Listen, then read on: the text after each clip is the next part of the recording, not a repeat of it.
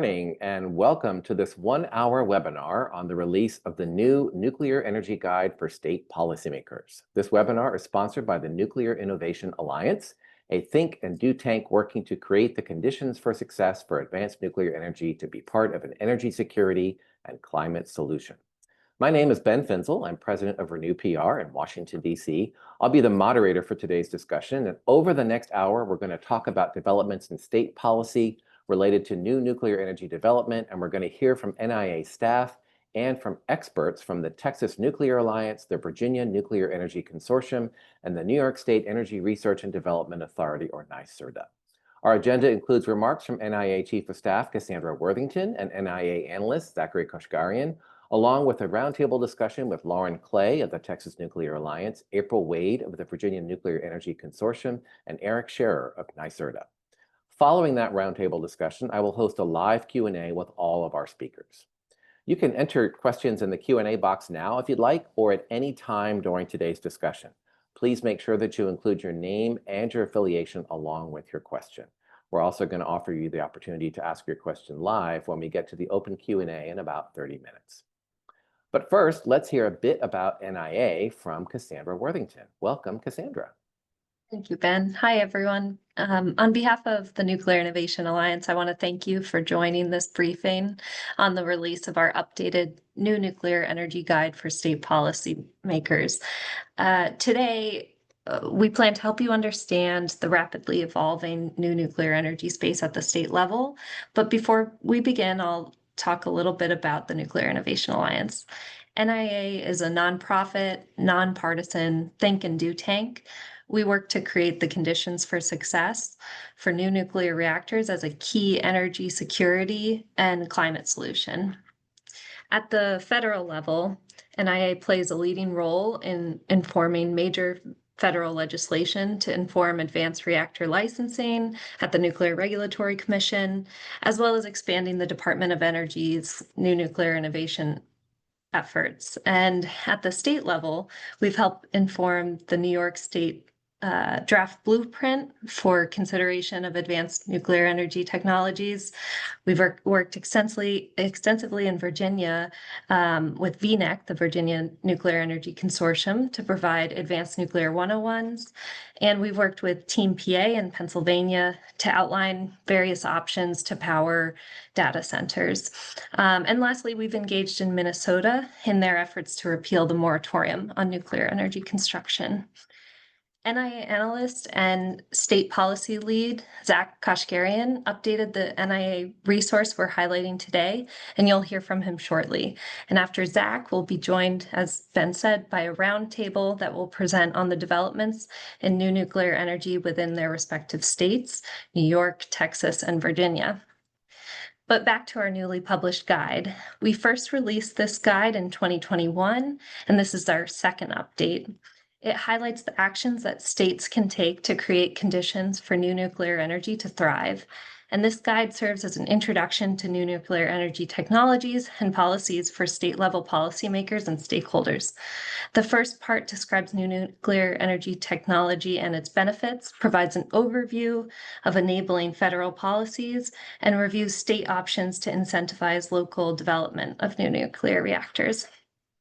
The second part of the brief provides case studies of emerging state leaders in the efforts such as Wyoming, Virginia, Washington, New York, and Texas. And finally, the last section of the guide is a compendium of briefs that elaborate on the characteristics of new reactors with respect to safety, economic benefits, waste management, flexibility and dispatchability, and timing and development. The Guide for State Policymakers will serve as a resource to understand what states can do to enable the development of clean, firm power while meeting their energy security, climate, and economic goals. And with that, I'll pass it over to Ben. Thank you. Thanks, Cassandra. That's really helpful background on NIA and also on the guide. Now we're going to hear what's new and what's updated in the guide from the person who pulled it all together. Yay, Zach. NIA analyst Zach Kashgarian. Zach, congratulations on getting this done. I know it's a big lift every couple of years when we do this. Please tell us what we need to know about the guide. Yeah, great. Thanks so much, Ben. So yeah, like Ben said and Cassandra said, my name is Zach Kashgarian. I'm an analyst and state policy lead for the Nuclear Innovation Alliance. And I'm really excited to be sharing our updated resource today and to give an overview of recent state actions on new nuclear development, and then dive into a roundtable discussion with state energy leaders from Texas, New York, and Virginia. So to begin, I'll just speak a bit about what's been going on at the state level across the US in terms of new nuclear development. On the state level, we saw over 200 bills introduced in 2024 state legislative sessions relating to nuclear energy. And in 2025, we've already seen 300 bills introduced in state legislatures relating to nuclear energy. Some examples of state actions we've seen are states convening task forces, working groups, and commissions to learn more about nuclear energy and how it can be applied to their state. That's one of the more common trends at the state level. Another trend is that states are recognizing nuclear energy as clean energy. So, one thing states will do is enact technology neutral clean energy standards that support new or existing state level decarbonization mandates or carbon free goals or clean energy standards that maximize a state's chances of achieving decarbonization. We saw Colorado earlier this year include nuclear energy in its clean energy standards, just as an example. Another trend is that states are forming technical working groups and funding feasibility studies. I don't want to steal too much of Eric's thunder on this, but you'll hear Eric talk a bit more about this in the case of New York State. There are some states forming multi-state coalitions to share lessons learned and rally around a set of policies, financial mechanisms, public-private partnerships, or reactor designs. And we're seeing this play out with the NASU announcement of a multi-state collaborative that includes New York, Indiana, Tennessee, Wyoming, Kentucky, Pennsylvania, Maryland, West Virginia, Virginia, and Utah. So these states are all part of this effort to advance and accelerate new nuclear energy projects. Again, rally around one or two standardized reactor designs and create a collaborative framework, help achieve economies of scale, and drive down costs for new nuclear development. There's also some exciting activity towards removing barriers to nuclear energy development. Most of you probably know that there are currently 12 moratoria in different states that limit or restrict construction of new nuclear projects. And this year we saw two bills that were introduced to overturn the moratoria in Illinois and Minnesota specifically. Something else states are doing is incentivizing nuclear workforce development. So one example of this is in Tennessee, where Governor Lee's nuclear fund, which totals about $60 million to attract businesses and new nuclear projects to the state. The Tennessee legislature just proposed another $10 million for the fiscal year of 2026. And again, without stealing too much thunder from the roundtable participants, you'll hear Lauren talk more about this later, but I just, be remiss of me not to mention Texas briefly. So Texas provided nearly $500 million for new nuclear development within the state. So again, these are the kind of broad stroke trends that we're seeing on the state level to create the conditions for success for new nuclear energy.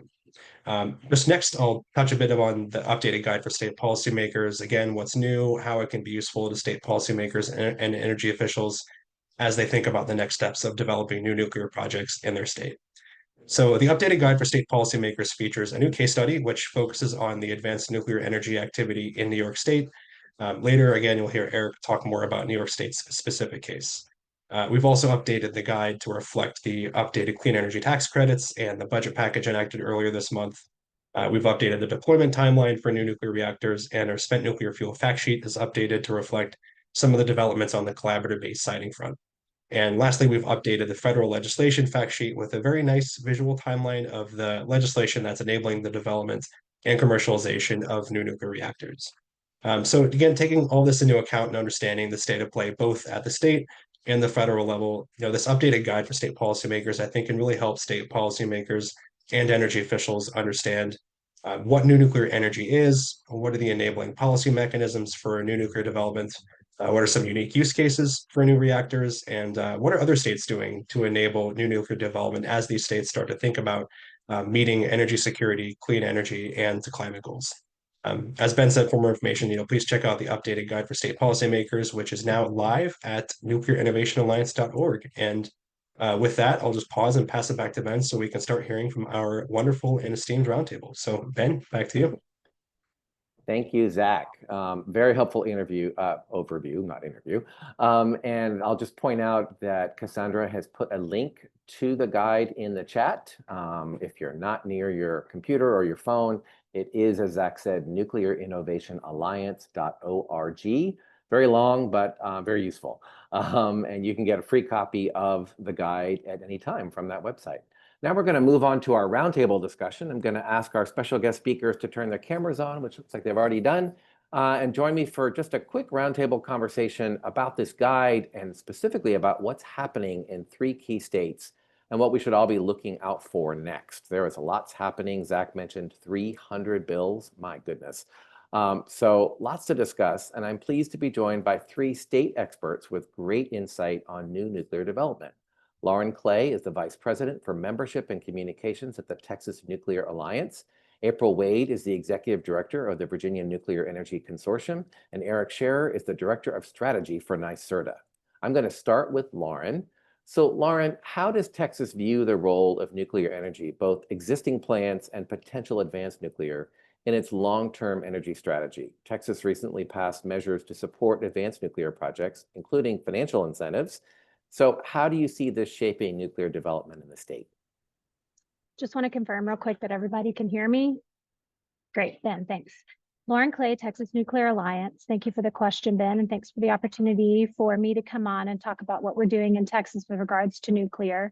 As many of y'all know, Texas is predominantly an oil and gas state, but Texas also is the #1 state for wind energy and solar energy. So we're an energy state, energy capital of the world. It's like what we like to call ourselves. And here at the Texas Nuclear Alliance, we want to make Texas the nuclear capital of the United States as well. And many of you that are familiar with the nuclear industry probably know we have 2 nuclear power plants, South Texas Project and Comanche Peak. Those have 2 reactors.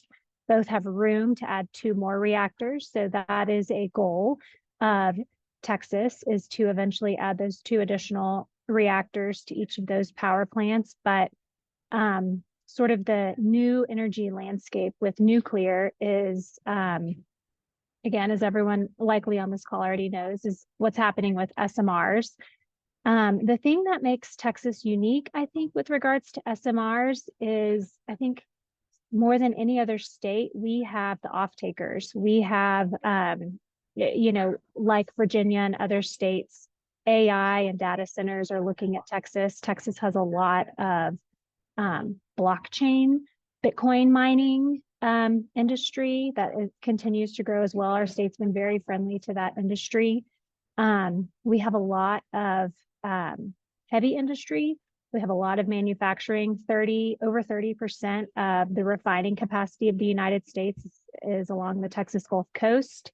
One of those facilities, Dow's Seadrift facility, is already working on building nuclear energy with X Energy to power that facility. We also have a lot of desal happening in Texas because we have over 700 miles of coastline.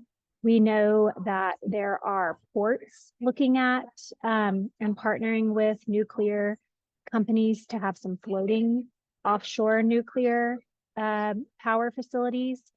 We have our oil and gas in the Permian Basin we've got oil and gas companies talking to nuclear companies about putting micro reactors or SMRs out in the Permian Basin because it is so remote. And they kind of want to get off the grid.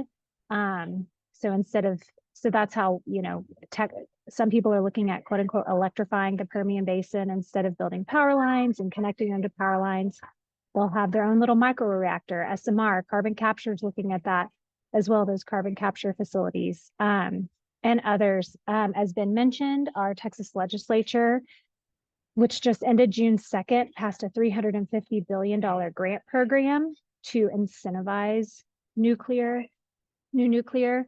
And I think I'll probably elaborate on that later, but that's kind of a overview of what Texas is looking to do with nuclear and why Texas wants to add nuclear. And I'll stop there.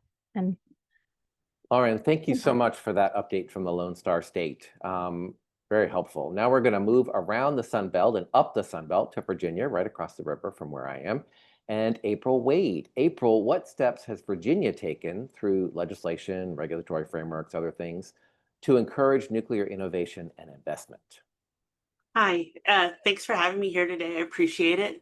I love the partnership I have with NIA, which I'll talk about more soon. Virginia has a strong foundation in the nuclear industry. I mean, I don't think there's any other state that has what we have. And it goes back to all the way to 1957. That was the first, Fort Belvoir was the first nuclear facility connect to the commercial grid. So we just have this strong foundation, and our founders of VNEC wanted to make sure we expanded on that. So in 2013, a group of industry leaders and universities got together with the governor's office and legislators to form VNEC. They formed actually two organizations, the Virginia Nuclear Energy Consortium Authority, and under the authority, they also established a working arm, and that's my organization, VNEC. We are a membership organization. VNEC is ran through the state, and the governor appoints those board members. But our mission has been to support the industry, advance the industry, but also looking at what we can do to support new development. And showing one of the big efforts I've done as I've been executive director through Economic Development Partnership in Virginia, is to show that there's so much opportunity here for the industry to grow even more. Things that we have done over the years legislatively is that we have established a strategic plan that we have to do every 4 years. We're working right now to complete our second one with the industry. And that plan goes through policy development, looking at policies that we need to do to further industry, help industry grow, looking at things that we can do to help support the industry, expanding workforce development, and also supporting research initiatives. One of the things that we have done is that Virginia, like I said, has so many things. We have commercial, we have defense, we have manufacturing, and we have some great universities. In the 80s, we had 2 research reactors. We lost those research reactors then. And so what our universities wanted to do is really expand research here. So we got together and we created what's called the Virginia Innovative Nuclear Hub, VinHub. And that is another organization in our family tree. It's been supported by Governor Youngkin, but it's also been supported through the legislature in the previous administration. We recently just received a grant from the state for looking at a research reactor facility. So we're really excited about the things and opportunities coming with that. We are expanding work on a research plan, workforce plan, and supply chain. So there's a lot of things that with VinHub that gives us some more capabilities to support the industry here in Virginia. We talked about economic development and the investment. And that's been really important for us, working with the Economic Development Partnership of Virginia, but also local economic development groups. And then one of the other big things that we have done is, the state sees nuclear as clean and carbon free, but we also passed in 2024 two pieces of legislation that gives incentives for cost recovery for new reactors to be developed by our 2 utilities. So throughout the years, we've done a lot with the legislature. We've had a lot of support. We've really appreciated it. And also one of the other things that we've done is for workforce is that we were the only state that has done it by legislation, but we created what's called the 17th career cluster, focusing on energy opportunities. I think that's everything we've done on legislature. Great. Brief overview. Thank you so much, and we will have time to come back to that. So thanks, April, for that update on what's happening in Virginia. And I sense a little competition going here with Texas goals and Virginia goals and all the activity. And now we're going to move up north to New York State and to Eric. And New York is no slouch in this department. So Eric, many of us have seen the recent announcement that New York's going to go ahead with development of a new advanced nuclear reactor of at least 1 gigawatt. Can you provide some more details on that announcement and more generally share New York's plans for advanced nuclear energy development over the coming years? Yeah, thanks very much, Ben, and thanks for that expression of support in what you're now stipulating as being a state competition here. But yes, maybe I'm happy to get to the 1 gigawatt announcement in a moment, which I think it's fair to say has probably been the most headline-grabbing announcement in New York State. But maybe just to zoom out for a moment, of course, as you and Zach indicated, I want to recognize that New York wasn't in your last guide. So as a starting point, it's fair to recognize that interest and attention to advanced nuclear is a recent development in New York State. But at the same time, also to note that nuclear energy as such very much isn't. New York has a long history in nuclear, and 20% of New York State's power is provided by existing nuclear generation. And we also have a history in policy support to make that happen. For the last decade, we've had a program in place called the Zero Emission Credit Program that supports our existing nuclear generation. And right now, our Department of Public Service is considering extension of that program to make the next round of license extensions for those existing generators possible, and enable them to continue contributing to our energy system. But of course, we're talking here about new advanced nuclear. And so again, recognizing that this is a bit of a pivot for New York State, I want to maybe just spend a moment on talking how New York State has come to that conclusion, what the drivers are. And firstly, to recognize that in New York State, we do very much have clear clean energy goals, including full decarbonization of our electricity system. And so with that in mind, nuclear clearly has an attractive contribution that it can play as a clean energy resource, and at the same time a clean energy resource that provides important reliability benefits, and in terms of the quality and nature of and characteristics of the power it provides as an energy dense resource. And so what that means is, where New York has already given a lot of attention to developing renewable energy, we're recognizing that nuclear in particular can play a good complementary role to renewables in that balance between renewables and nuclear energy. So that's on the clean energy aspect of it. Secondly, and this is of course a dynamic that's well known across the nation, we are also seeing in New York growth in energy demand. And so that's a dynamic that's certainly new compared to recent history. But so that being a case, that again emphasizes the point that we will need a diverse set of clean energy resources to help meet that demand, including resources such as nuclear, and the reliability contribution it can make to the system. And then finally, to note that I guess it's also fair to say that generally advanced nuclear is just having its moment, if I can put it that way. And by that, I also mean that it is more generally a recent development that the range of advanced nuclear technologies that we're now seeing are reaching that level of maturity where it makes sense to go into deployment mode, if you will. And NYSERDA, as New York State's innovation authority, so to speak, is very much paying attention to that dynamic and noting that at this point, the advanced nuclear technologies are ready for prime time. And so with that in mind, we've over the past 12 months taken effectively 3 main steps to confirm that we are pursuing this opportunity.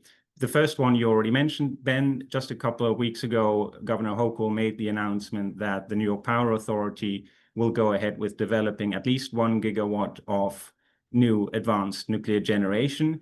Now, that's a recent development, so I don't really have very many details to share. Clearly, NYPA is now looking into the specifics of making that happen. Maybe one nuance that's useful to add, given our discussion here of advanced technologies. So the announcement is for a project of at least 1 gigawatt.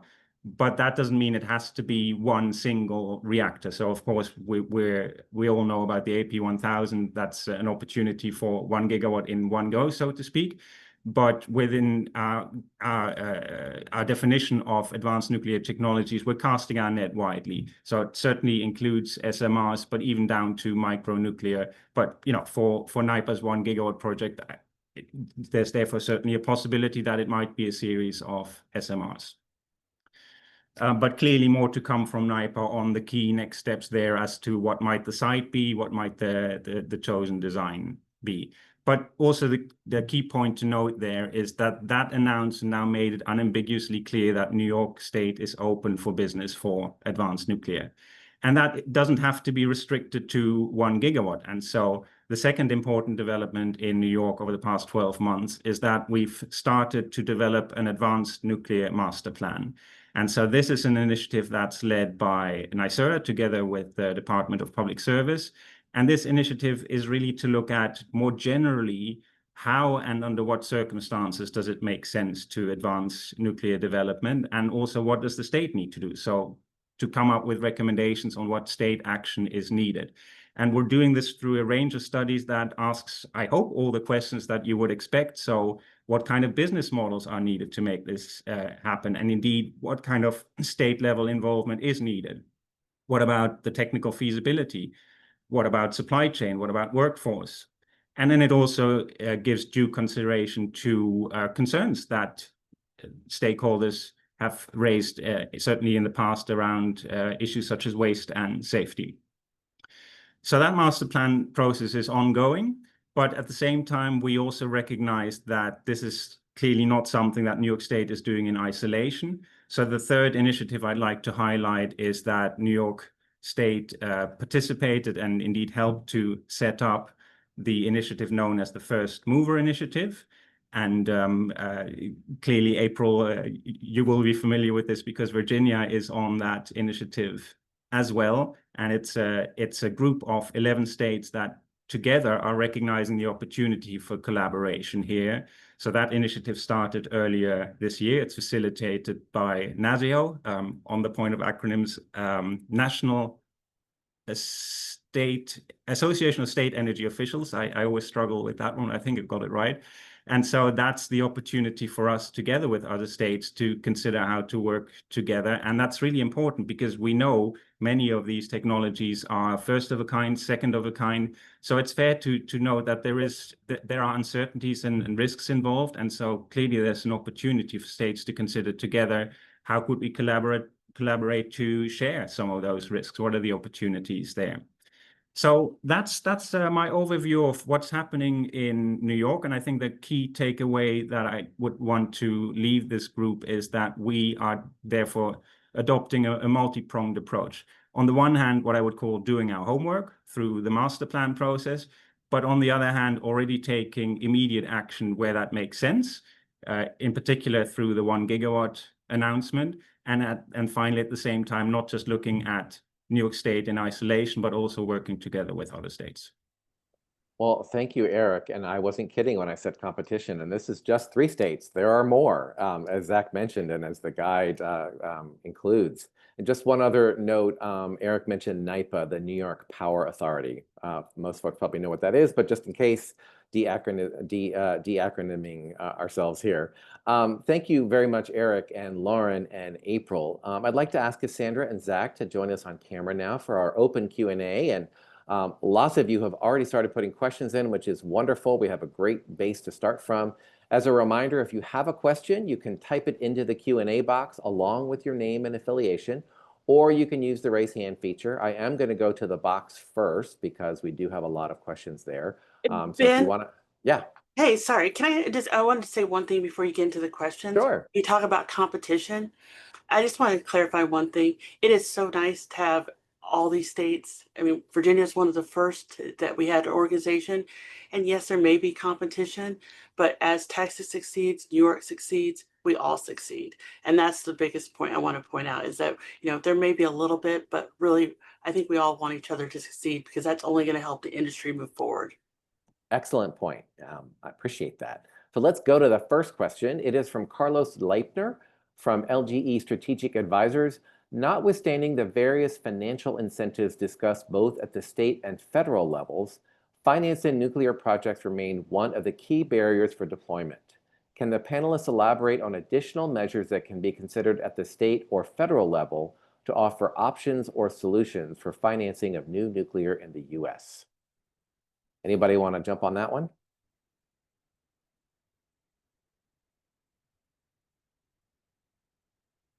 Don't all be quiet at the same time now. New options for financing. Thoughts? That's a good question. It's not my expertise for that. Okay. And I really look to my members to let me know what we can do to support them, and how we can help them on that. But I do think we are going to have to look at ways to do this to get there. We have to, we have to be on budget and on time. And that's really important. Good point. Anyone else before I go to the next question? Go ahead, Eric. Ben, I hesitated to jump in because, as I said, we are in the middle of a master plan process, and that's exactly the process that is meant to come up with options and recommendations in that regard. And so I don't have any to share at this point yet, but I will maybe just share a couple more general thoughts. And firstly, to recognize that cost is very much on, I think, everyone's mind in this regard. As I said, many of these technologies are first of a kind, and so it's fair to recognize that there are cost uncertainties involved in that, and cost uncertainties translate to finance risk, and therefore the question, how is the funding picture going to stack up, right? I will note from my engagement with the market, I'm hearing different responses. Some developers seem quite confident that they can make the financial picture stack up, and that they can do it without state support. I'm setting aside federal support. There's, of course, at least the development that the tax credits remain in place. That's clearly very important. But then beyond that, the question is state level support needed. Again, that's what we want to investigate through the master plan. And so without making any commitments, I can certainly point to a few options that are probably not a surprise, but very much options that should be considered. And one is to note, as I mentioned, that New York already has a history in terms of providing zero emission credit support to existing nuclear. So question whether that sort of type of revenue support should be available also for new nuclear. Not necessarily, because we've seen that through above market rate PPAs, there's a lot of appetite for new nuclear from off-takers, and that additional value at the revenue level could be added there and may not therefore be needed at the state level. But then the support is maybe not just needed at the revenue level, because that applies when installations have completed. There's clearly risk to even get them to completion, and therefore there's the question, is any state support needed at that construction and development stage? And one issue that's been very much a point of discussion is the risk of cost overruns. And so there's a question, not just is kind of any upfront support needed, but is there perhaps alternatively more like a guarantee role? Some level of support in that respect is arguably available from the LPO through credit subsidies.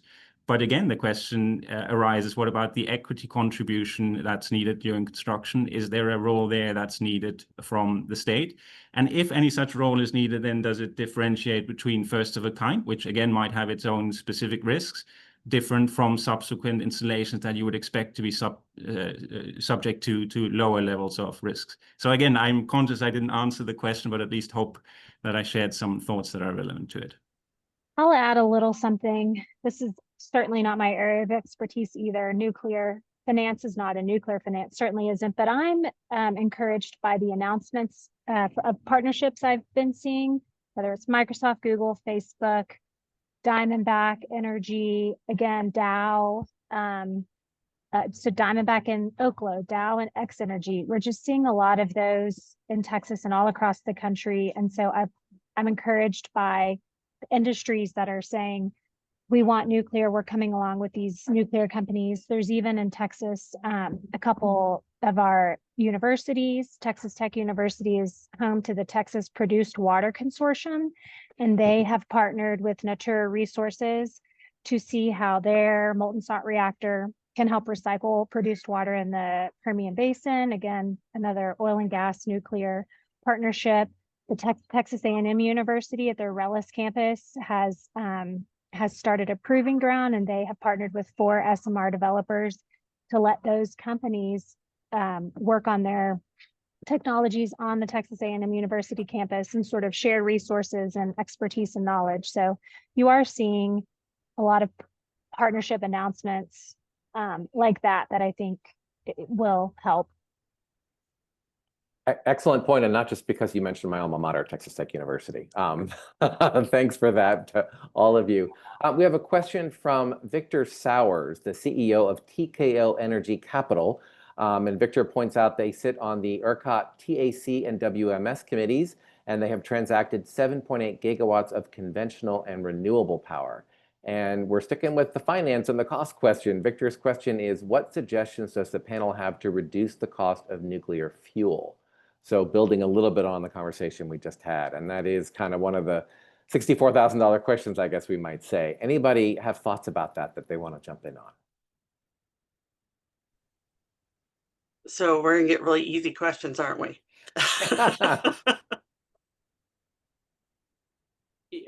I'm not an expert on this either. I don't think I really have the answer for you.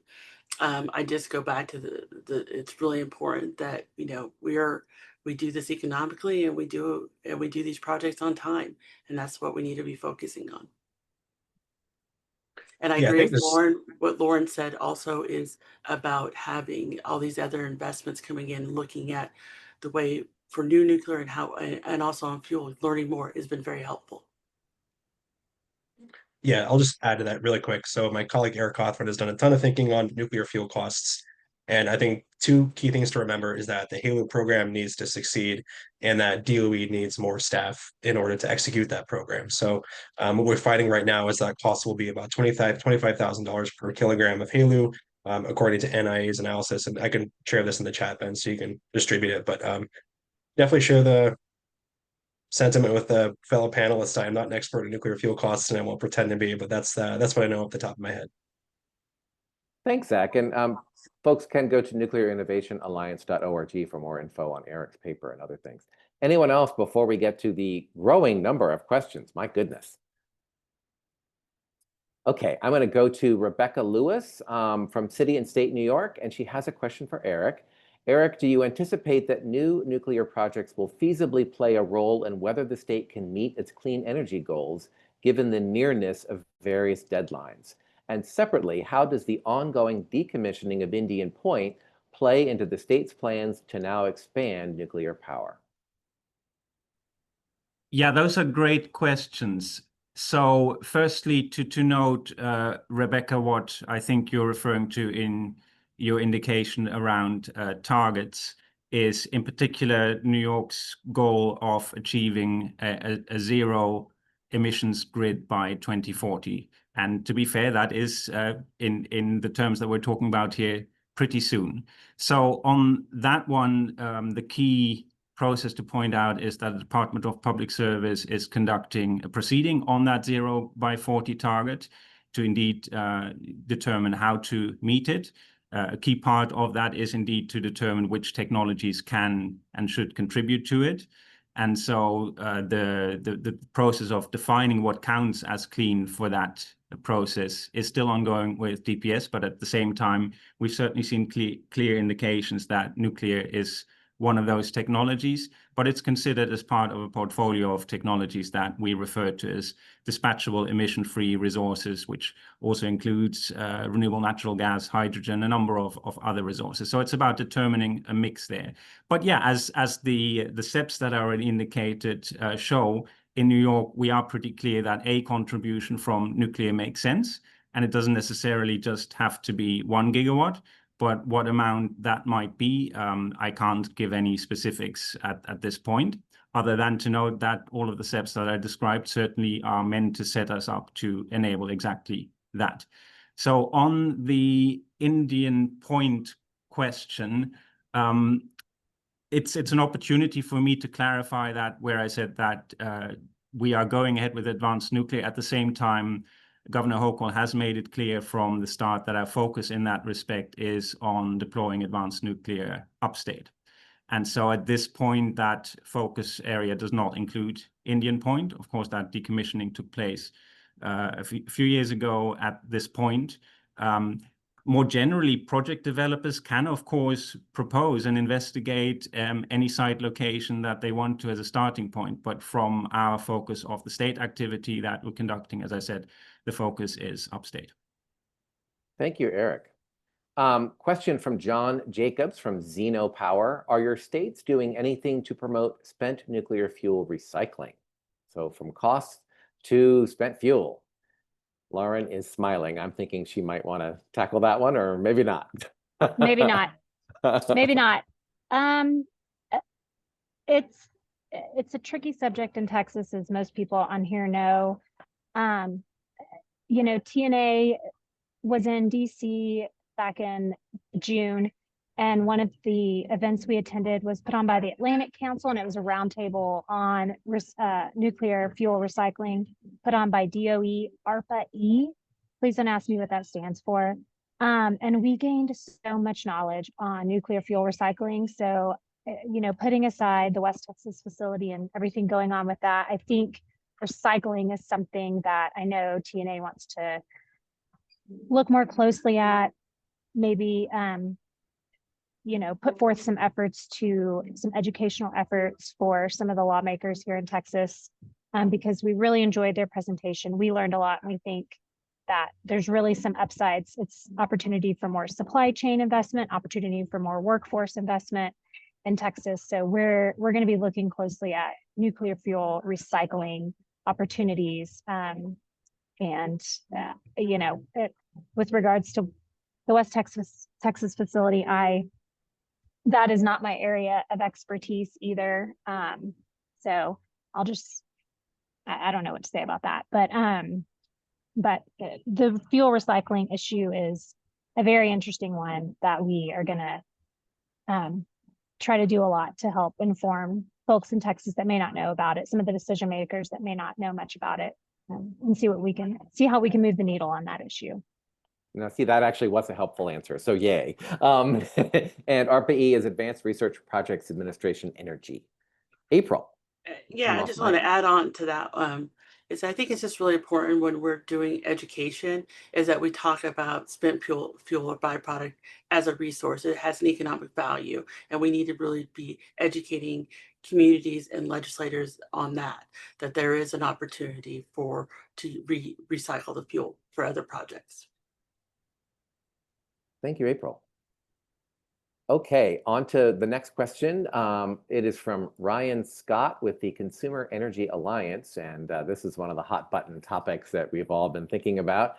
Curious to hear from each state, how quickly can SMRs be deployed into the marketplace for commercial operation? Data center operators and construction companies are anxious to know. I'm sure they are. Anyone want to think about that or talk about that question? I'll start. We're going to move slow to move fast. There is a process we have to go through, and with the regulatory process, but it's all out and open. It'll be a public, but you know, I think you're going to start to see things start to move towards that, and as things, you know, once that order book is filled, you'll start seeing that process move, and then you know, it's going to take some time. I'm not going to say 10 years anymore, but you know, it's going to take several years for us to get there, but we're getting closer every day. I feel like we're just on the verge of, you know, really some amazing things happening, and you're starting to see some movement towards advanced reactor deployed. And I will just point out, April, Virginia does know something about data centers, since you have quite a number of them. We have a few, and you know, and we need more power, and it's known. And you know, our utility Dominion has, you know, put in, you know, some announcements with some data center companies, so there's a lot of good things happening. But again, we're going to move slow to move fast. But once we start moving, you're going to start seeing a lot of progress. Really helpful. Anyone else have thoughts on that before I move on? Eric, you came off mic. Did you want to add? Yeah, just really to agree with that. It's important that we are realistic. And I will note that I'm certainly hearing what seemed to me quite optimistic signals from a number of the SMR developers talking about just a short number of years to get installations built. But at the same time, that remains to be seen, right? And where I talked earlier about risk, I think it's important that we go into any of these projects with realistic rather than overly optimistic expectations. Certainly from the New York State side, as I described, we want to do everything to make sure that the enabling framework is in place quickly, and that's the steps that I described. And selfishly from our New York perspective, again, with a 2040 time horizon in mind, that does give a reasonable amount of time. But yeah, I want to recognize the uncertainty on that point for sure. Thank you. So next is a question from Abi Insani from Columbia University. And Abi asks how each states provide certainties and guarantees to potential off-takers. Are states open to foreign nuclear technology, not just Western Europe, but also in the Asia-Pacific region? Interesting question. Anyone have thoughts there? Well, I would be in that brainstorm mode about options that I mentioned earlier. It seems to me from what I've observed that the most viable way of getting these projects come to fruition is if there's a partnership with everyone providing a contribution to that puzzle. And that includes off-takers, as I mentioned, the opportunity for off-takers to potentially provide above market value. But we've also seen indications in deals where off-takers are actually providing some sort of contribution upfront. So I guess I would say rather than an expectation of providing guarantees to off-takers, I'm under the impression that there are some off-takers who are actually willing to provide some guarantees on the upfront side. And for me, that seems reasonable. There's again a partnership of the various parties, off-takers, developers, funders, potentially state government to together provide contributions that add up to something that works. Yes, I agree. And in Texas, some estimates show our electricity demand doubling by 2030. So we need the power. The off-takers are here already, and they're still coming. And so that they don't really need a guarantee. They're hungry for the nuclear power here in Texas. Really helpful. Thanks, Eric and Lauren, for that insight. A question from John Powell. I'm not sure John's affiliation, it's not listed here, but John asks, while there are many incredible startups in this space, mining uranium and enrichment is essential, and we don't produce enough for many reactors to go beyond testing. Russia controls most of the global production. How are your states developing ways to mine and enrich in America? Another big question. No easy ones here today. Texas no easy one, exactly. Virginia has Yeah. a moratorium on uranium mining. But I'm going to take off my Virginia hat for just a second. I'm actually, I have worked in the uranium mining industry in out west. We have a lot of great projects and a lot of great opportunities here in the United States to develop uranium. Okay, thank you. And Lauren, you were going to chime in as well. Yes, I was going to say Texas has 2 uranium mining facilities in South Texas already, and I can't recall if in the 2023 legislative session we passed a bill that asked the PUC to do a study on the potential of uranium mining in South Texas. I think South Texas has one of the biggest uranium reserves in the country. So those facilities are back up and running. I toured one in the fall. So we've got the uranium mining in South Texas, and I know that's another thing that TNA, it's just one of the many different areas of the nuclear industry that we are promoting here in Texas.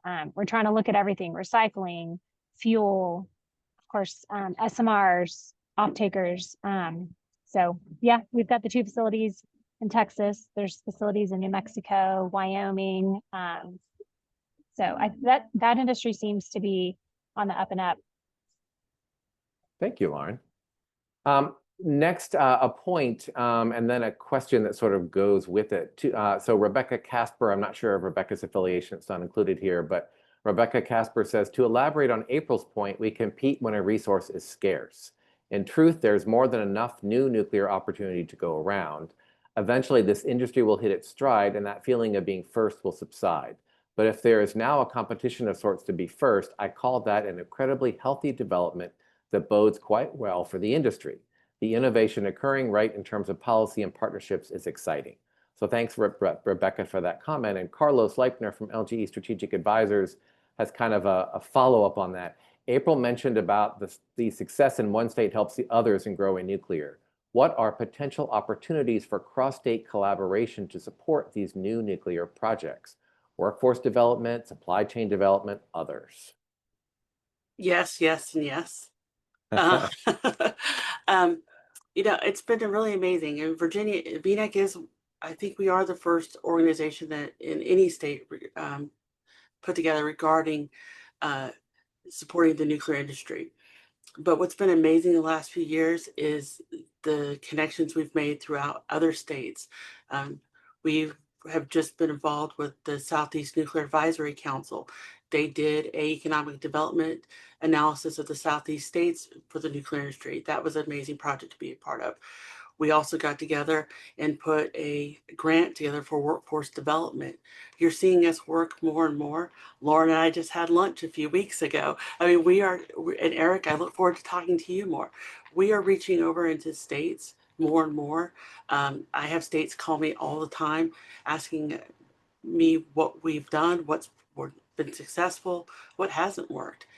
But it's important to know that each state has their own ecosystem. We're all going to do things differently, but when we can come together and learn from each other, that's what's important. And, workforce is one of those issues. Supply chain is one of those issues that we can come together and work together. It only strengthens the effort to get a project up and developed. Excellent point. Thank you. Anyone else want to chime in? We have another question that's similar. So Eric, go ahead, and then we'll go to the next question. Yeah, and to again note that the First Mover Initiative is very much an opportunity for that as well. It's not just a collaboration between the state representatives as such, but also with the private sector parties, industry, supply chain, what have you, to make sure that those conversations happen in a joined-up way. Awesome, thank you. So the next question is from Christine King. It sort of follows on, and April partially answered it, but if anyone else wants to chime in, can you share your thinking about working with other states? Does that start with a shared technology interest or with common off-takers like tech companies, or just the fact that you all know each other? I'll just reiterate what was already said. And it was something that April said at the beginning. I think if one state succeeds, we all succeed. The competition is healthy among the states, whether it's our organizations or just the states in general. When one of our companies is succeeding at doing something in Virginia or Tennessee or Idaho, it helps what's going on in Texas as well. So the other thing, we did have lunch a few weeks back. TNA is still pretty new, of course, compared to what April's done. And so we're still learning, what have these other associations and groups in other states done that's been successful. There's just, I'm learning about a new group every day, NIA,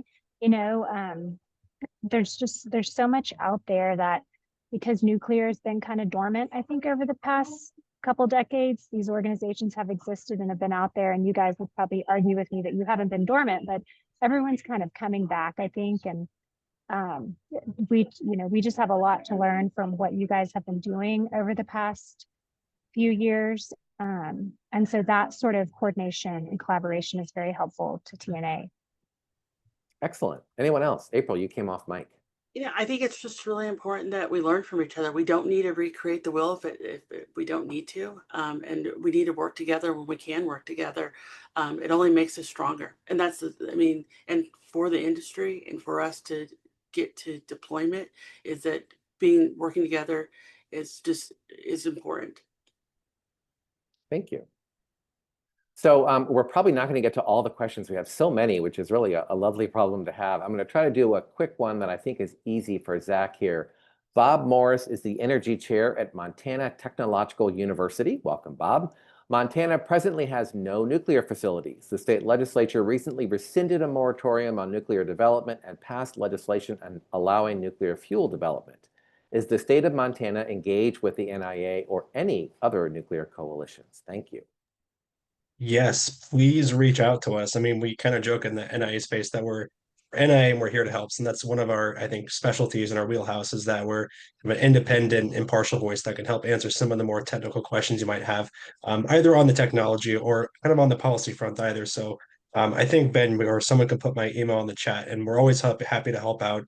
I know Montana recently repealed its moratorium, and we're working in Minnesota this past legislative session too. So we have some experience working with states that recently repealed moratoriums, and I'd be happy to help out or answer any questions you might have. And Awesome. if you would want to reach out to me, April@virginianuclear.org, email me anytime. I'd love to help you all. It's exciting to hear you all moving forward. But I also want to just plug NIA because I promised early on I would. NIA has been a huge partner for us.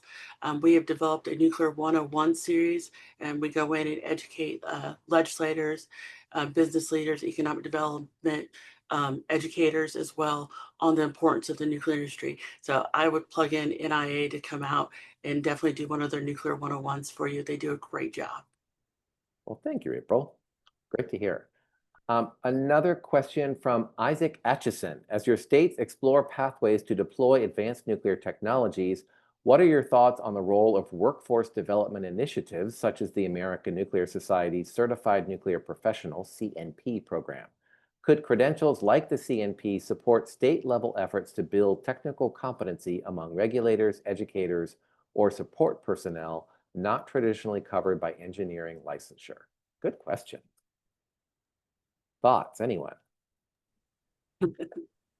ANS has a great program. One of the biggest secrets in the industry is that we don't all have to be nuclear engineers.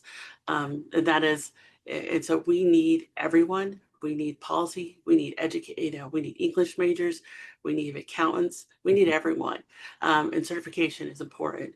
We are working right now here in Virginia is a workforce plan for the industry. So there's a lot of things that we're working on to do, but ANS has a great program to partner with. Wonderful, thank you. And Eric, go ahead. Yeah, maybe to add to that, as I mentioned earlier, that's certainly an important area that we're also considering through the master plan process. I want to recognize that, of course, we do already have a strong foundation of an existing nuclear workforce, certainly also in New York to service the existing nuclear generators. So that's an important foundation to build on. And then also maybe back to the point earlier, how long will it take to build nuclear generation facilities? Well, we don't know, but certainly a number of years. Even if I'm just throwing out there a number of, say, 7 years, I mean, that's certainly a time window within which, and we have ongoing conversations with the unions who are certainly thinking about the growth needed in this area. But that's the kind of time frame within which unions can certainly very well expand the workforce that is needed for that. So to me, it seems like, I mean, I don't want to jump to conclusions, but it seems like this is very doable and not kind of the critical path in terms of timeline. Thanks, Eric, you are right. The thing is, we have to focus on two things. We need to focus on the industry, the nuclear industry today, and the workforce we need today, and the workforce we need tomorrow, and how to balance that together and plan for that. We do have a great workforce right now, but we also have a lot of people looking at retirement, and so we need to make sure we have those jobs and the people ready to fill those jobs. April, you get the last word. We are almost out of time. We will follow up with those of you whose questions we did not get to. I tried to make sure that at least everyone got to ask at least one, but we will follow up with you by email, and you're welcome to reach out to Zach directly at zkoshgarian@nuclearinnovationalliance.org. His email is in the chat as well. We're going to close out with just a couple final thoughts from Zach, and then I'll come back and we'll wrap up today. Yeah, thanks so much, Ben. And thanks for all the panels for being here today. As you can imagine, there is an incredible amount of state activity relating to new nuclear development. And I think what we tried to capture in the Guide for State Policymakers is just a sliver of all that activity. So a lot of work went into this updated Guide for State Policymakers. And again, I'm very thankful for all the panelists for coming here today and sharing their insights. Thank you so much, Zach. And thanks to Cassandra Worthington and the entire NIA team, and most specifically to our special guest speakers, Lauren Clay, April Wade, and Eric Scherer. As a reminder, you can download your own copy of the State Policymakers Guide at nuclearinnovationalliance.org. The link is in the chat. We appreciate your interest in new nuclear energy, and we look forward to seeing you again soon for another NIA publication webinar. Watch your inbox for an invite or reach out if you're not on our list, and we'll make sure we add you. For now, thank you very much for joining us. Have a great day and a great week. Take care.